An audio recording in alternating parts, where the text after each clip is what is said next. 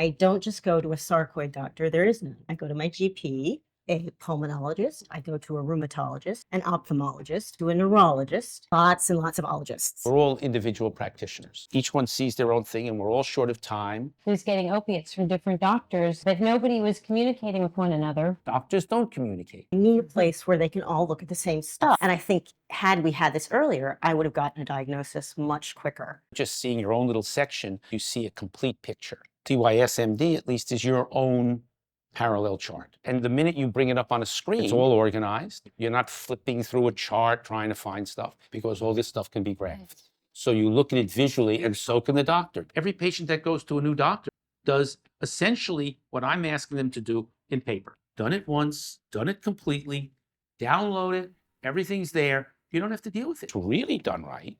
The patient gets a notice. They can receive something that says these two drugs don't work together. So the website talks back to you? The website very much talks back to you. When you have all your risks for various diseases put in front of you, you can measure which one is worth attacking. And you'd like to know that early, because then maybe you can change it. I have said and written for many years that sooner or later we all become patients. Well, on Wednesday morning around 9:30, seeing patients, I became a patient. I noticed my left hand was numb. I brought my iPhone. 2 hours later, I was having a CAT scan, a TPA, and I had become a patient. I had an abstract from my DYSMD medical chart that showed that Prozac, used off-label, has been shown to really help with motor recovery in people with recent strokes.